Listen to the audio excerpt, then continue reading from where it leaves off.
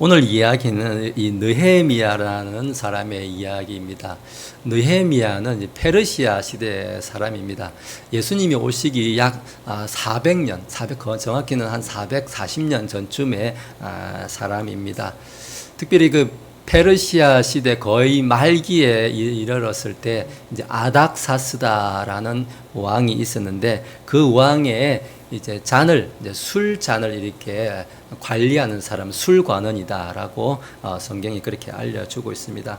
아마도 술 잔을 맡았다는 것은 옛날에는 이제 왕을 독살하기 위해서 술에다가 독을 많이 이렇게 탔기 때문에 아주 믿을 수 있는 신복 중에 신복이지 않았을까라고 우리가 미루어 짐작할 수가 있습니다.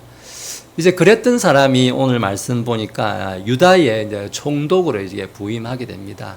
더 좋은 자리로 온 것이 아니라 더 안 좋은 자리로 한지로 이렇게 자원해서 오게 된 것입니다. 이스라엘 백성들을 이렇게 보살피기 위해서 이제 오게 된 것입니다. 이미 이스라엘 땅에는 고레스 왕의 칙령 이후에 스룹바벨 성전이 이미 세워진 뒤였습니다. 성전이 있었습니다. 그러나 이스라엘 백성들의 그 삶은 아직 세워지거나 아직 제대로 이렇게 사는 모습이 아니었다라고 성경이 우리한테 알려주고 있습니다. 사실 고레스 왕의 칙령 그 이후부터 이 성전이 세워지는 공사와 함께 원래는 이 예루살렘 이 성벽 보강 공사도 원래 같이 시작이 되었습니다. 그런데 하다가 이제 중단되었던 거죠. 그리고 시간이 얼마나 지났냐면은 지금 이 느헤미야 시대까지 약 94년 정도, 거의 100년 가까운 시간이 이제 훌쩍 지나버렸습니다. 100년 동안 거의 100년 가까이 이 예루살렘 성벽을 세우지 못하던 그 일을 오늘 이 느헤미야가 단 52일 만에 와서 이 예루살렘 성벽을 이제 복원했다라는 것을 성경이 우리한테 알려주고 있습니다.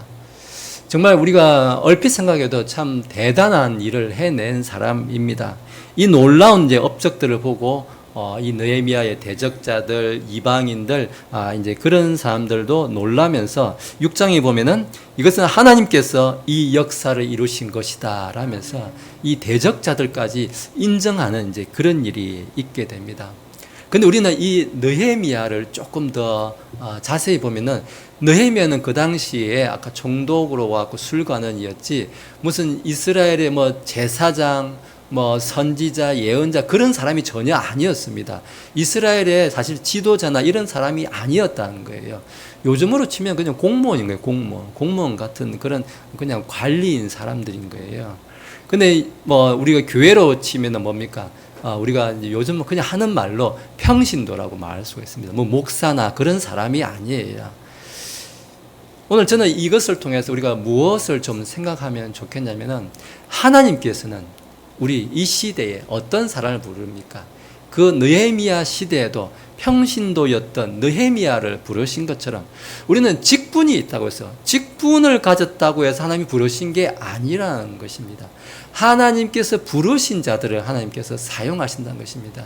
그가 직분이 있느냐 없느냐가 중요한 것이 아닙니다. 평신도냐 아니냐 뭐 이런 게 중요한 게 아니라는 것입니다. 오늘 하나님의 부르심에 우리는 거기에 따라서 우리가 하나님의 일을 하게 된다라는 것입니다. 우리 예수님께서 마가복음 1장 처음에도 보면 어떻습니까? 제자들을 부르실 때 제자들이 와서 이력서 써와가지고 제가 이런 거 하는데 저 좀 써주실래요? 이렇게 했습니까? 아닙니다. 자기 일 열심히 하고 있는 제자들한테 가고 너희는 나를 따르라 했을 때 제자들이 어떻습니까? 자기와 배와 자기의 그물들 그런 것들을 다 버려두고 따르는 것을 볼 수가 있습니다. 하나님께서는 자신이 원하는 자들을 그렇게 부르신다는 것입니다. 우리가 그렇게 부르심에 따라서 오늘 이 반석교회에 오늘 이 자리에 우리 모든 성도님들이 다 와 있는 줄로 저는 믿습니다. 오늘 그 부르심에 우리는 여기 와 있다라는 것입니다. 자, 오늘 먼저 12절의 말씀을 제가 다시 보겠습니다. 나와 함께한 몇 사람이 밤에 일어났고 내 하나님께서 내 마음속에 넣어주사 예루살렘에서 행하게 하신 일을 내가 아무에게도 말하지 아니하였으며 내가 탄 짐승 외에는 다른 짐승이 내게 없었느니라 말합니다. 여기 보니까 이제 느헤미야가 유다의 총독으로 이제 부임을 했습니다. 근데 참 재미있는 구절이 바로 12절 앞에 11절을 보면은 느헤미야가 예루살렘에 도착해서 사흘 동안 있었다라는 구절이 먼저 거기에 있습니다. 이 구절이 우리의 좀 시선을 이렇게 좀 잡아 끄는 것 같습니다. 사흘 동안 있었는데 마치 아무 일도 없었던 것처럼 너무 조용히 이렇게 지나갑니다. 근데 분명히 느헤미야는 3일 동안 조용히 있었다라고 말합니다. 그 3일을 우리는 생각할 때 요나의 그 물고기 뱃속에 있었던 그 3일이 생각나기도 하고, 어쩌면 예수님이 부활하신 그 무덤 속에 3일이 생각나기도 합니다. 우리는 아무 일도 없는 것 같고 한데 아무 일도 없지 않다라는 것입니다. 무슨 일이 있었습니까? 저는 아마도 여기 느헤미야가 그곳에서 분명히 기도하며 있었을 것이라 생각합니다. 여기 12절에 보니까, 중간에 보니까 내 하나님께서 내 마음속에 넣어주사, 이런 말씀을 하고 있습니다. 자기가 이 소망을 품은 게 아니라 내 하나님께서 내 마음속에 이 비전과 소망을 넣어주신 것이다 라고 이야기하고 있습니다. 우리는 우리 자신이 내가 내 비전을 짜내고 개발하고 생각하고 했다라고 생각할지는 모르겠습니다. 생각이 드니까. 근데 그런 것이 아니라는 것입니다. 오늘 내 하나님께서 내 마음속에 넣어주셨다라고 이야기하고 있는 것입니다. 오늘 이런 비전이 어떻게 생겨났습니까? 아까 11절 이야기했지만은 총독으로 부임을 했습니다. 요즘 같으면 뭐부터 해야 될까요? 취임식도 하고 퍼레이드도 한번 하고 요즘 같았으면 아이돌 가수도 불러가지고 또 하고 보통 이렇게 하는 게 요즘 이렇게 관리들 취임하면 그런 거 하는 거 아니겠습니까? 근데 오늘 이게 명색이 총독으로 이렇게 유다에 왔습니다. 근데 3일 동안 아무 일도 없습니다. 조용히 있었습니다. 조용히 있으면서 무엇을 했을까요? 하나님의 그 부르심, 하나님의 소명, 그 하나님께서 주시는 비전, 내가 이 유다 땅에서 이 유다 백성들을 위해서 무엇을 해야 됩니까? 하나님 내게 말씀해 주십시오. 저는 분명히 느헤미야가 하나님께 기도하는 시간을 가졌다라고 생각이 되는 것입니다. 우리 예수님께서 침례 받으시고 나서 그 다음에 행하시는 몸이 광야로 시험 받으러 가시는 것입니다. 무슨 일을 하시려면 예수님께서 뭐부터 하십니까? 항상 기도하러 가십니다. 산으로 기도하러 가십니다.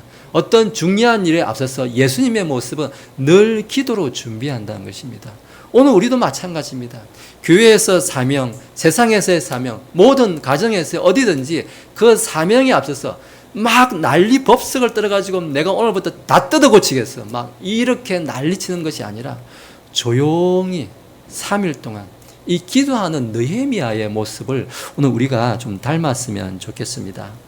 오늘 13절의 말씀을 계속 보겠습니다. 밤에 내가 골짜기 문을 통해 나가되 곧 용운물 앞에서 거름 배출구까지 나가면서 예루살렘 성벽들을 보았는데 그것들이 무너졌고 그곳의 성문들은 불타서 소멸되었더라. 지금 느헤미야가 예루살렘을 지금 변두리부터 시작을 해서 이렇게 성벽 주변을 이렇게 살펴보는 대목이 나옵니다. 근데 지금 언제 가고 있습니까? 13절 첫 단어가 밤에 갔다라고 합니다. 훤한 대낮에 좀 잘 보일 때에 많은 보좌진들 데리고 군사도 데리고 이렇게 가서 좀 폼나게 이렇게 가면 참 좋은데, 거기 가서 사진도 좀 그땐 사진기가 없네요. 제가 사진도 찍고 말하려고 했는데 좀 이렇게 사람들 앞에 이렇게 좀 내세우고 내가 뭐 했다라고 이렇게 내가 이렇게 살피러 나왔다 이렇게 보여주고 하면은 참 좋을 텐데 그렇게 안 하고 아무도 못 보게 밤에 가고 있습니다. 그리고 여기 용운물 이렇게 통해 나가는데 여기 어디까지 갔냐? 거름 배출구라고 번역을 그렇게 했는데 영어 성경에 보면은 덩 게이트라고, 덩이라는 건 똥이라는 거예요. 똥. 우리가 점잖게 거름 배출구라 했는데 덩 게이트라면 한국말로 그대로 번역하면은 똥문이라는 거예요. 똥문. 무슨 말이냐면은 그 당시에 예루살렘 성벽이 지금 몇 년 전입니까? 지금. 참고로 저희 불과 수십 년 전만 해도 저희 집도 이렇게 푸세식이었지만은 예루살렘 성 안에 이렇게 배설물이 사람들이 살면 사람 내 배설물이 쌓일 거 아닙니까? 그 배설물을 누군가는 치워야 돼요. 성 밖으로. 그죠? 그게 자연적으로 없어지지가 물 내린다고 내려가는데 그런 시설이 전혀 없던 시절이었습니다. 누군가는 그걸 전해야 돼요. 근데 사람들이 다니는 길로 큰 성문 안으로 이렇게 다니면은 거기가 냄새나고 그렇잖아요. 근데 그런 것들을 빼내는 배출구가 문이 따로 길이 따로 있다는 것입니다. 오늘 느헤미야가 어느 길로 갔습니까? 말 그대로 똥이 지나가는 똥문을 가서 통해서 갔다라고 이야기하고 있습니다. 사람들이 잘 관심 두지 않는 곳, 아마도 사람들이 가보지도 않는 버려진 곳, 아마 그런 곳을 제일 사람들이 관심이 없을 만한 곳을 가장 아마도 어쩌면 무너졌을 만한 곳을 오늘 느헤미야가 살피는 모습을 우리한테 보여주고 있습니다. 우리는 느헤미야를 통해서 먼저 기도하는 모습을 우리가 아까 볼 수가 있었습니다. 근데 기도만 하면 끝인가요? 아닙니다. 기도하는 사람은 뭡니까? 행동하는 사람인 것입니다. 그 기도한 것을 이루기 위해서 기도하면서 함께 행동하는 사람, 그 현실을 정확한 현실을 이렇게 받아들이고 인식하기 위해서 찾고 노력하고 애쓰고 하는 오늘 이 느헤미야의 진심이 담긴 모습을 우리가 볼 수가 있습니다. 우리는 과거에 그런 모습을 좀 많이 봤습니다. 기도를 안 해서 그렇다. 뭐가 안 되면 자꾸 기도를 안 해서 그렇다고 하는데 도대체 기도를 얼만큼 몇 시간 동안 해야 하는지 좀 궁금해지기는 합니다. 물론 기도가 중요합니다. 근데 기도만 하면 안 됩니다. 저희 자녀들한테도 늘 이야기합니다. 기도해라고 합니다. 기도했어! 그럽니다. 공부는 했니? 그렇게 또 제가 이런 물어봅니다. 기도만 하지 말고 기도했으면 반드시 공부도 같이 해라고 이야기합니다. 마찬가지 아니겠습니까? 오늘 느헤미야가 기도하면서 또 기도하면서 움직이는 그런 좋은 리더의 모습을 우리한테 보여주고 있습니다. 자, 계속해서 18절의 말씀을 이어서 보겠습니다. 그때 내가 느헤미야입니다. 그들에게 내 위에 선하게 임하신 내 하나님의 손과 또한 왕이 내게 하신 말씀을 고하였더니 그들이 이르되 우리가 일어나 건축하자 하며 이렇게 그들이 자기 손을 강하게 하여 이 선한 일을 하려 하니라 이렇게 말합니다. 지금 예루살렘 성벽 그리고 성문이 다 불탄 지경을 느헤미야가 직접 눈으로 확인을 했습니다.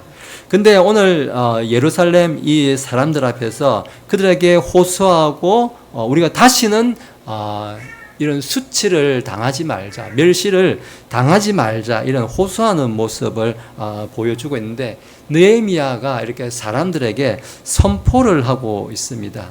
근데 뭐라고 선포하는지가 중요합니다. 18절 보니까 내 위에 선하게 임하신 내 하나님의 손이 있었다라고 말하고 있습니다.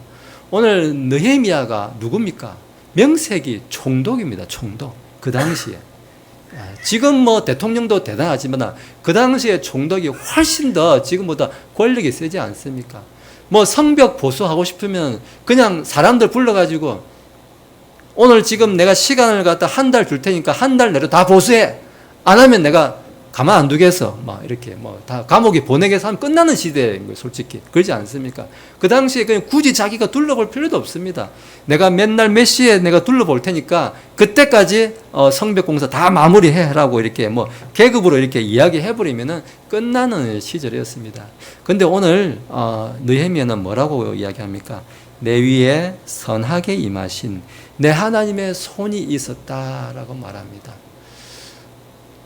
오늘 사실 여기까지 느헤미야가 오기까지 쉬운 길이 아니었습니다. 우리 1장부터 2장 앞부분에 이렇게 설명이 다 되어 있습니다만은 이 당시에 유대 땅은 사실상 페르시아 제국 안에 있지만 너무 변방 지역이에요. 그러면 중앙에 있는 힘이 잘 미치지 않는 지역이에요. 그러면 호랑이가 없는 굴에 누가 주인입니까? 여우가 주인 행세하듯이 그 바로 인근에 있는 사마리아에 있는 이제 종독이 있었는데 그게 누구냐? 산발랏이라는 사람이 나중에 여기 성경에 나옵니다. 그 산발랏이라는 그런 사마리아 종독이 바로 이웃에 있으면서 늘 괴롭히고 약탈하고 빼앗고 그래서 수치심을 주고 그렇게 했던 것입니다. 그래서 오늘 예레미야가 여기까지 오면서 이 페르시아 아닥사스다 왕에게 왕이시여, 저를 그냥 보내지 마시고 편지라도 한 장 적어주십시오. 총독들한테 제가 그냥 가면 저 사람들한테 저는 죽습니다. 그래서 이 총독들한테 그리고 아닥사스다 왕의 조서, 편지도 받아갑니다. 그리고 왕의 기병대까지 거느리고 갑니다. 왜? 그냥 가면 죽기 때문에. 그만큼 유대 땅은 말이 총독이지 사실상 거기 가도 힘이 없는 사람인 거예요. 그래서 페르시아 왕한테서 그런 조서도 받고 그런 기병대도 거느리고 또 나무도 필요한 그런 것도 다 이렇게 받을 수 있도록 다 조서를 써주십시오. 이걸 들고 온 거예요.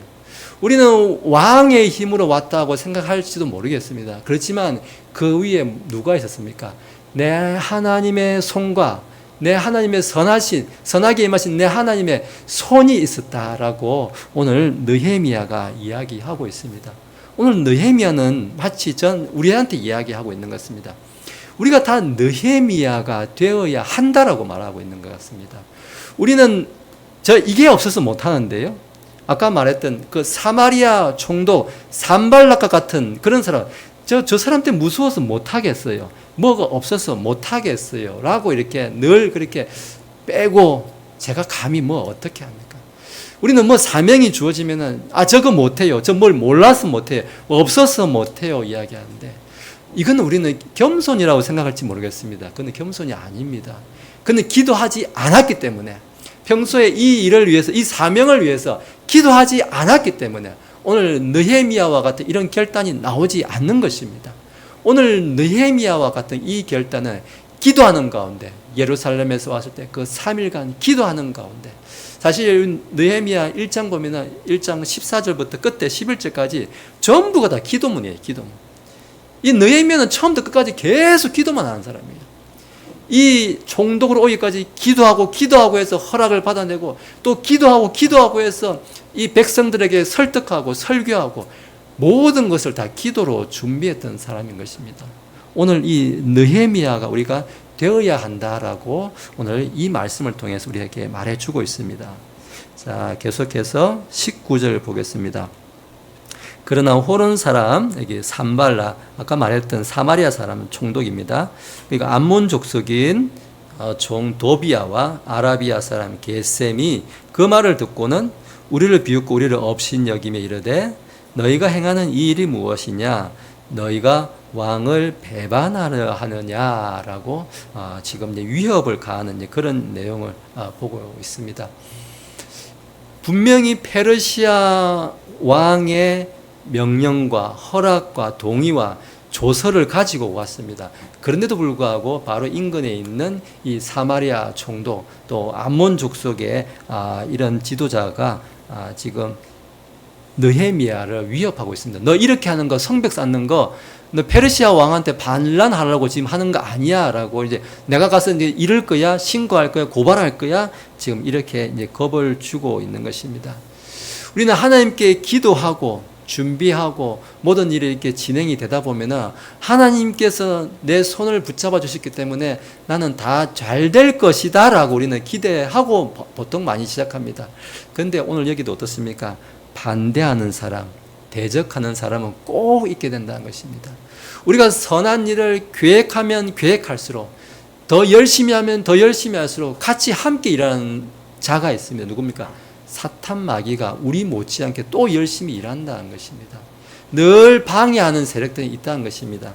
우리 느헤미야 나중에 이렇게 6장이나 그런 데 가보시면은 심지어 이 유대 땅 안에도 누가 있냐면 그 유대 안에도 아무리 폐거됐지만 그 속에서도 또 귀족들이 있어요. 이 귀족들이 무슨 짓을 하냐면은 바로 여기에 나오는 이 사마리아 이게 산발랏, 이 사마리아 총독 산발랏하고 내통을 합니다. 서로 편지를 주고받으면서 이 느헤미야를 위기에 빠뜨리려고 하는 그런 지금 내통을 하는 그런 장면이 6장에 나오고 있습니다. 어딜 가나 그렇다는 것입니다. 제가 어제였나요? 뉴스를 이렇게 보니까 지금 최근에 장관으로 이렇게 지명된 자들이 청문회를 이렇게 하는 거 보니까 국회의원이 질문하니까 대한민국의 주적은 누굽니까? 그러니까 입을 딱 닫고 있어요. 북한입니까? 하니까 가만히 있어요. 남한입니까? 가만히 있어요. 자기도 부끄러웠는지 말을 안 하는 거예요. 근데 인정한다는 거죠. 자기 스스로. 자기 스스로 인정한다는 거죠. 나는 북한이 주적이 아니라고 생각한다는 거죠. 그렇다는 거죠. 우리 남한 안에 반대하는 세력들이 얼마나 많습니까? 무슨 일을 하려고 하면 맨날 할 줄 아는 거라고는 반대밖에 할 줄 모르는 사람들. 저는 그런 자들도 문제지만은 그런 자들을 이렇게 지지해주고 오히려 잘한다고 박수를 치는 이 어리석은 국민들의 속히 좀 깨어났으면 좋겠습니다. 오늘 이 느헤미야가 하는 일 뭡니까? 온 사방 천지에 반대하는 사람들밖에 없었다는 것입니다. 왜 느헤미야가 이 밤중에 그 똥문을 통해서 성벽을 살폈을까요? 온 사방 천지가 다 이적들이라는 것입니다. 온 이 유대 땅 안에 다 간첩들이라는 것입니다. 온 지금 예루살렘 안에 하나같이 다 지도자들이라는 사람들이 다 썩어가지고 사마리아와 편들고 있고 이적질하고 내통하고 그런 자만 바글바글 하고 있었다는 것입니다. 그래서 느헤미야가 낮에 다닐 수가 없었던 거예요. 낮에 다니면 자기 총독인 자기마저도 위험한 그런 지금 예루살렘의 상태가 이 지경에 와 있다는 것입니다. 오늘 저는 이 대한민국이나 그때 당시에 폐허가 되어 있는 그 예루살렘 유대 땅이나 별 다를 게 없지 않나 이런 생각도 함께 들었습니다. 그것이 우리 로마서 8장에 보면 바울이 그렇게 얘기하죠. 하나님께서 우리가 함께 하시면 누가 우리를 대적하려 이렇게 말씀합니다. 오늘 하나님께서 저는 대한민국과 함께 하시기 때문에 그런 자들을 한 사람 두 사람 있어도 우리 하나님께서 저는 반드시 이 나라를 지켜주실 줄로 믿습니다. 오늘 지금 제가 예루살렘 성벽을 재건하는 이 느헤미야의 이야기를 말씀드리고 있는데요. 저는 이 말씀을 준비하면서 느헤미야한테 만약 느헤미야 그분이 제 앞에 있었다면 한번 묻고 싶었습니다. 저는 질문하는 걸 좋아하기 때문에. 그런데요, 제가 이런 질문을 하고 싶습니다. 저 느헤미야 총독님, 그 성벽 꼭 재건해야 됩니까? 꼭 진짜 재건해야 됩니까? 근데 그 성벽 재건해서 어디다 쓸 건데요? 뭐 할 건데요? 라고 제가 좀 묻고 싶은 생각이 들었습니다. 누가 이렇게도 질문하면 저보고 이제 믿음이 없고 신앙이 없어서 이제 그렇다라고 이제 생각하실지 모르겠지만은 저는 그런 질문을 하고 싶습니다. 도대체 이 성벽 공사를 해서 뭐 할 겁니까? 이 공사 한번 하려면은 돈이며 사람들 데리고 와가지고 각 집에서 사람들 다 불러내가지고 막 하루 이틀도 아니고 공사가 언제 끝날지도 모르는 공사를 해야 되는데 이 공사를 뭐 하려고 그렇게 못해서 그렇게 안달이고 그 페르시아에 가만히 있으면 그냥 왕 옆에서 편하게 있을 건데 뭐 하려고 여기까지 와서 그 고생을 하고 이 어려운 일을 자처하고 있습니까? 라고 저는 좀 묻고 싶었습니다.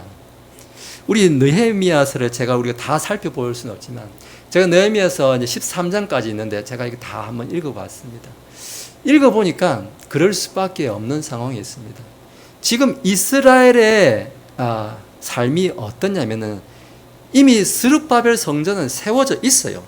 자기들이 그렇게 목숨처럼 여기는 성전은 세워져 있는데 그 백성들, 이 예루살렘에 있는 백성들은 전혀 성전을 중심으로 해서 그런 야훼 신앙을 가지고 사는 그런 신앙의 삶이 전혀 없다라는 것입니다. 그런 삶이 어떤 삶이 13장에 보면 나오는데 그 땅에 있는 제사장들은 다 도망가고 없다는 것입니다. 성전만 덩그러니 있지 그 성전을 관리하고 예배를 인도하고 집례하고 해야 되는 그런 제사장들이 전부 다 도망갔다는 거예요. 어디 도망갔습니까? 다 밭에 가서 농사 짓고 자기 먹을 것 그냥 자기 살림살이 차로 자기 직장을 따라서 직업을 따라서 그렇게 먹고 살려고 가버렸다는 것입니다. 왜 가버렸을까요? 물론 우리 말라기서에서 이제 그게 나오지만은 백성들이 다들 먹고 살기 힘들어서 그렇겠죠. 그 당시에는 11조가 있었는데 11조를 아무도 안 하는 거예요. 근데 이 제사장들은 11조로 먹고 사는 사람들인 거예요, 사실은. 근데 백성들이 11조를 안 하면은 레위 사람들은 어떻게 먹고 삽니까? 그냥 하늘만 보고 살아야 되는 거예요. 하나님이 만나를 내려주시든지 아니면 메추라기 때를 내려주시든지 하는데 그 수밖에 없는 거예요. 근데 그게 안 되니까 이 제사장들이 다 도망갈 수밖에 없었던 거예요. 또 백성들은 또 어떻게 살고 있습니까? 그 유대 땅에 아까 귀족들은 고리대금업을 하고 있었습니다. 그 가난한 백성들에게 조금 이렇게 꺼주면서 아주 고리대로 이자를 막 이렇게 몇 배씩 받아가지고 결국 그 집의 자녀들까지 노예로 이렇게 사들이는 거예요. 강제로 뺏어가는 거예요. 사람들은 안식일을 지키지가 않았습니다. 또 안식일을 안 지키고 안식일날 어디로 갑니까? 다 자기 일터로 나가서 그냥 일한다고, 그냥 먹고 살기 바쁘다고 다 그렇게 가버립니다. 안식일을 지키지 않아요. 성전도 모이지도 않아요. 심지어 이방인들과 이제 다 결혼도 다 하고 그렇게 살고 있습니다. 그러니까 제가 설교 시간에 한 번씩 이야기했지만은 그 13장에 보면은 이 사람들이 이방인들과 혼인을 하면서 언어가 히브리어 언어를 다 잊어버렸다고 나와 있습니다. 그 2세들이, 이 유대인들의 2세들이 히브리 말을 잊어버린 거예요. 우리 한국도 지금 미국에 이렇게 와서 오래 살면 2세들은 다 영어 쓰지 한국말 잘 모릅니다. 그런 시대가 돼버렸다는 것입니다. 그냥 유대 사회가 다 무너진 것을, 오늘 예루살렘 이 성벽이 무너진 것을 가지고서 오늘 이스라엘의 그 신앙의 모습들이 다 무너진 삶을 하나의 예표로서, 하나의 상징으로서 우리한테 보여주고 있다는 것입니다. 하나님의 백성의 삶이 다 무너졌다는 것을 오늘 우리한테 보여주고 있는 것입니다.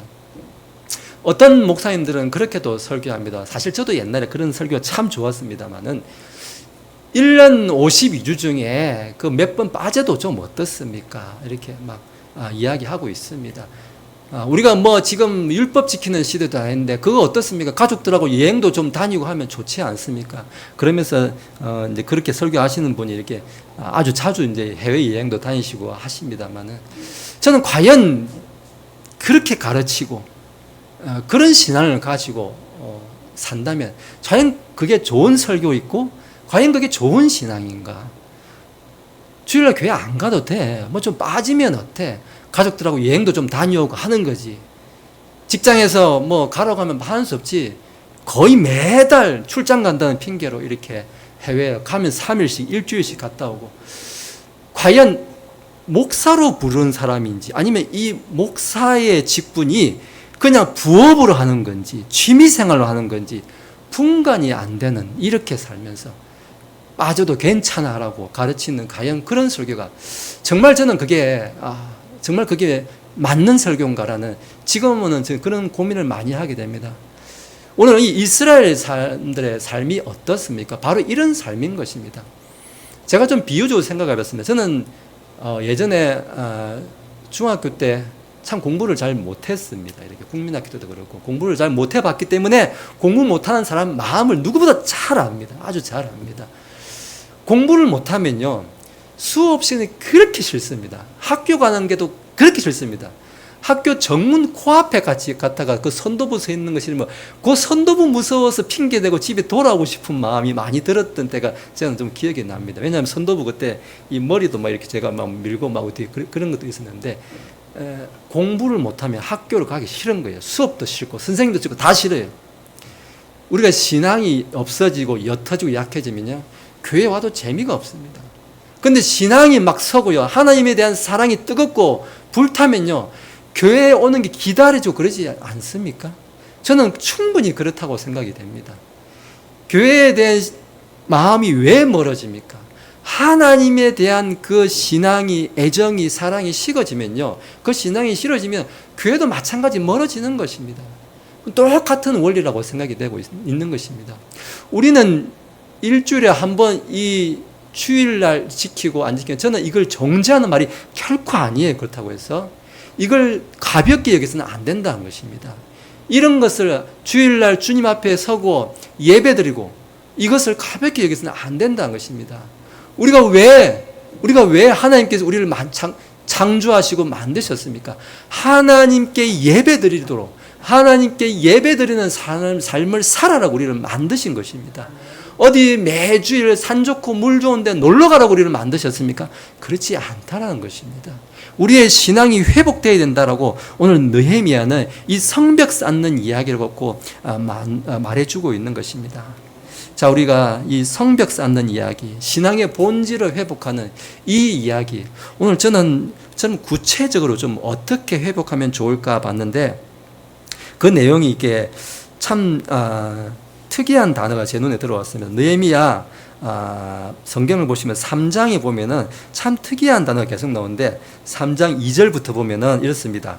그 다음은 여리고 사람들이 건축하였으며 하고 또 가면은 4절에 보면은 그 다음은 고스의 손자요. 또 5절 가면 그 다음은 7절에 그 다음은 8절에 그 다음은 9절에 그 다음은 10절 계속 그 다음은 하면서 이 3장 끝에까지 저 31절까지 거의 매 절마다 첫 단어가 그 다음은 누구하고 이렇게 이야기하고 있습니다. 저는 이 단어를 보면서 무슨 생각이 드냐면 사명을 받고 무슨 일을 하면요 내가 다 할 수 있습니까? 오늘 느헤미야가 총독으로 왔습니다. 느헤미야가 총독이라고 뭐 몇 사람 데리고 와가지고 뭐 우리 해보자 막 하면은 그 일이 이루어질까요? 안 된다는 것입니다. 하나님의 일은 어떻게 이루어집니까?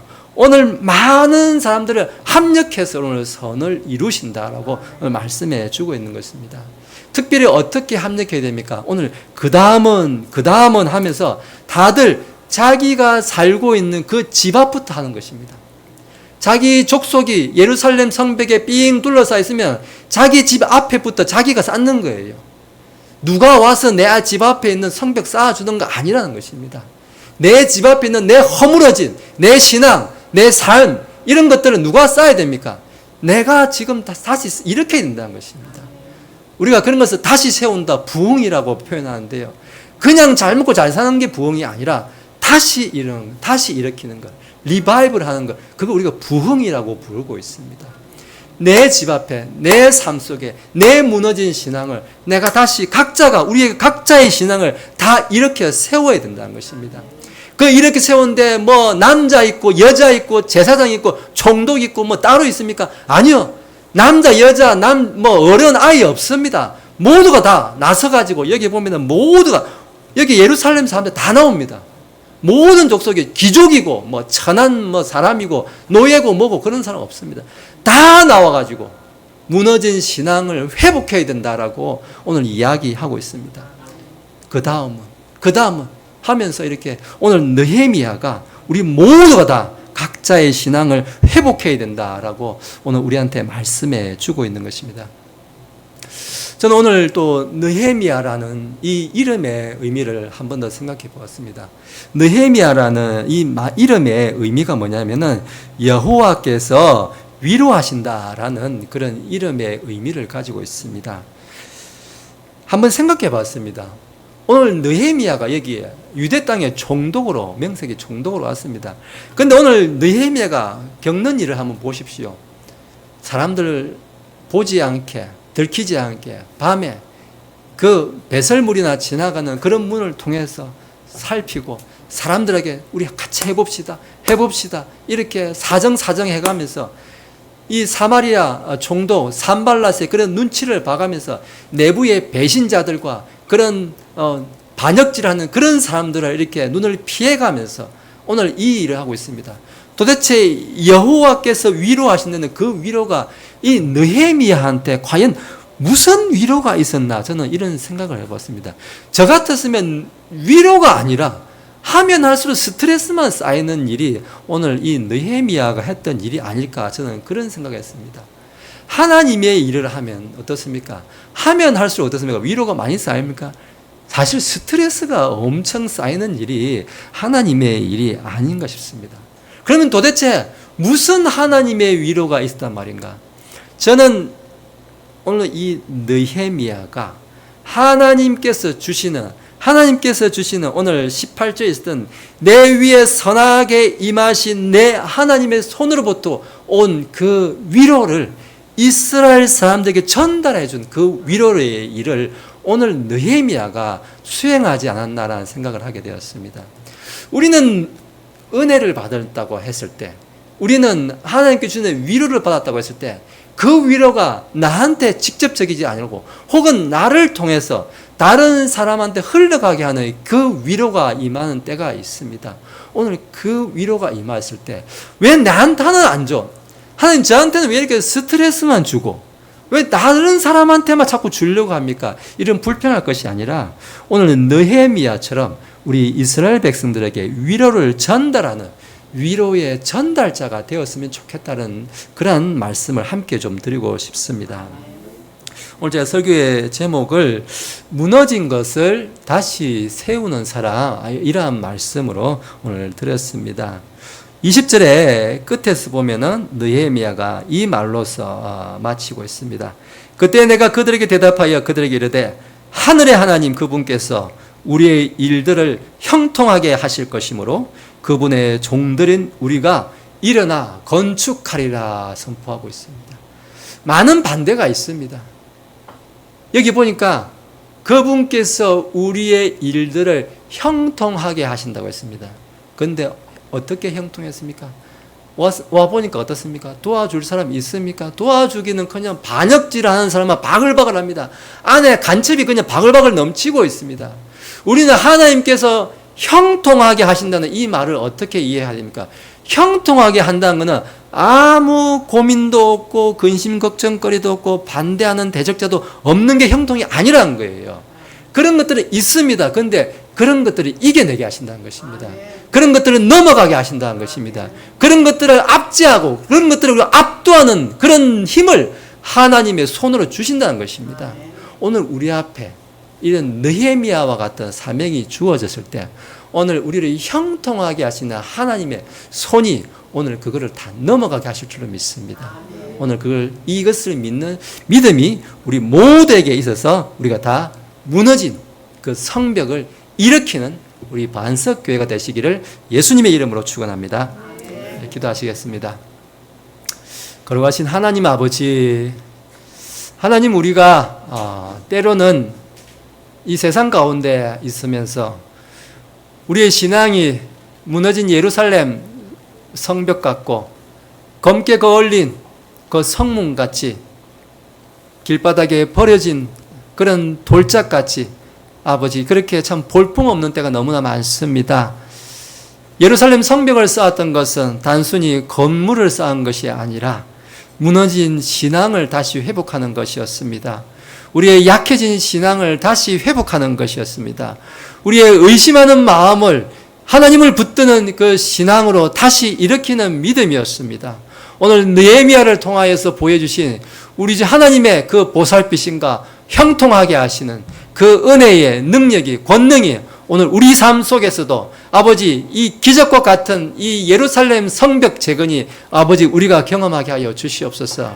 오늘 많은 사람들이 염려를 합니다. 저희가 참으로 염려할 수밖에 없습니다. 저희는 믿음이 연약한 자입니다. 저희는 참으로 두려울 수밖에 없습니다. 산발락과 같이 도비아와 같이 우리를 늘 위협하는 자들이 위협하는 세력들이 온 세상에 도처에 깔려 있습니다. 그러나 하나님의 손이 우리를 지키실 줄 믿습니다. 하나님의 손이 그들을 물리치실 줄로 믿습니다. 오늘 예루살렘의 그 다시 복원된 성벽처럼 굳건한 믿음이 우리에게 세워지게 하여 주옵소서. 감사하며 예수님의 이름으로 기도드립니다. 아멘.